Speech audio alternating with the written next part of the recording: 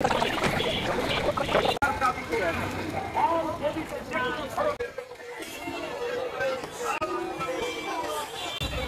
একটু আপনি অনুভূতি নিবেন। অবশ্যই সিনিয়র কে ভাই? সিনিয়র আমার আপু। আচ্ছা আপু আপনি থেকেই নিন। আচ্ছা আপু আমি একটু কথা বলি, আপনি সংক্ষেপে বলবেন তাহলে। আমরা যেটা বর্তমানে দেখে আসলাম যে স্বৈরাচার সরকারকে আপনারা পতনের মাধ্যম দিয়ে থেমেছিলেন না, আপনারা ট্রাফিক পুলিশ যেখানে দায়িত্ব নিয়েছিল না সেখানে আপনারা ভূমিকা পালন করে এবং প্রশংসনীয় দায়িত্ব পালন করছেন।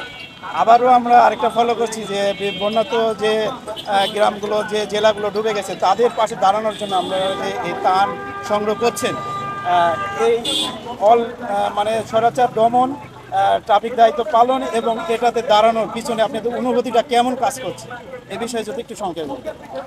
আসলে আমরা খুবই আনন্দিত যে আমরা নিঃস্বার্থভাবে মানুষদের পাশে দাঁড়াতে পেরেছি এবং আমাদেরই তো হাতে দেশ সংস্কারের ভার। তো দেশ সংস্কার করতে যা যা করা লাগে আমরা করব, কারণ স্বাধীনতা অর্জনের চেয়ে স্বাধীনতা রক্ষা করা কঠিন। সেই জন্য আমরা বাজার মনিটরিং, তারপরে ট্রাফিক আইন থেকে শুরু করে এখন আমাদের দেশেরই মানুষ যখন বিপদে পড়েছে বন্যার কারণে, তাই আমাদেরই এখন তাদের পাশে দাঁড়াতে হবে। সেই জন্য আমরা আমাদের সর্বাত্মক চেষ্টা আমরা করে যাব, আর এটাতে আমরা অনেক আনন্দিত যে আমরা নিঃস্বার্থভাবে তাদের পাশে দাঁড়াতে পেরেছি। আচ্ছা আপনাদের এই যে তহবিল সংগ্রহের সময় যে ফাউন্ডেশন করছেন, এই ফাউন্ডেশনে সাধারণ জনগণের দানের ইয়াটা কেমন উৎসাহটা পাচ্ছেন? সবাই পাশে দাঁড়াচ্ছে, সবাই একটা সাধারণ মানে অনেক দরিদ্র ফ্যামিলি পর্যন্ত 10 টাকা হোক 5 টাকা হোক দিচ্ছে।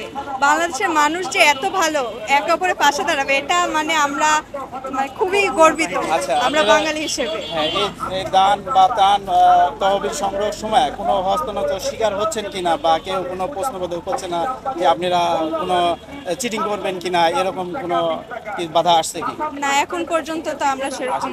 আচ্ছা সাধারণ জনগণ যারা দান দিবে তাদের উদ্দেশ্যে আপনাদের বক্তব্য যে তারা কোন ফাউন্ডেশনে দান করবে সেখানে প্রতারণা হবে না, এরকম তারা বিশ্বাস করবে কোন ফাউন্ডেশন, যে দু একটা যদি নাম বলতেন। যেমন আমরা দেখেছি অনেক বড় বড় ফাউন্ডেশন, তারা কিন্তু অলরেডি অনেক টাকা জমা করে ফেলছে। আমাদের যে কেন্দ্রীয় সমন্বয়ক তাদের কাছেও পাঠাতে পারে, এছাড়া বড় বড় যেগুলো ফাউন্ডেশন আস-সুন্নাহ ফাউন্ডেশন তাদের কাছেও পাঠাতে পারে। এটাই।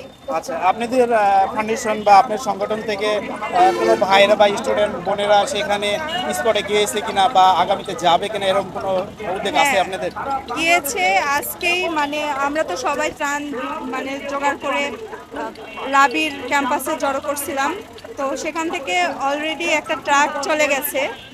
আর আমরাও এখন আরও মানে জমা করতেছি, যদি দুর্যোগ পরবর্তীতে, এটাও কিন্তু অনেক বড় চ্যালেঞ্জ যে দুর্যোগ পরবর্তী যে ব্যবস্থাপনা, তো সেই জন্য আমরা মূলত ত্রাণের জন্যই আমরা ফান্ডটা কালেক্ট করছি, দেখা যায়।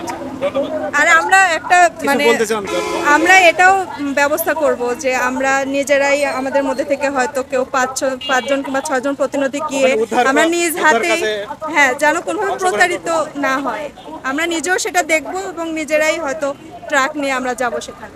ভাইদের মধ্যে থেকে কেউ কিছু বলতে চান সাধারণ জনগণের দানের বিষয়ে? আগামীতে ফারাক্কা বাঁধটা খুলে দেওয়ার একটা আশঙ্কা আছে।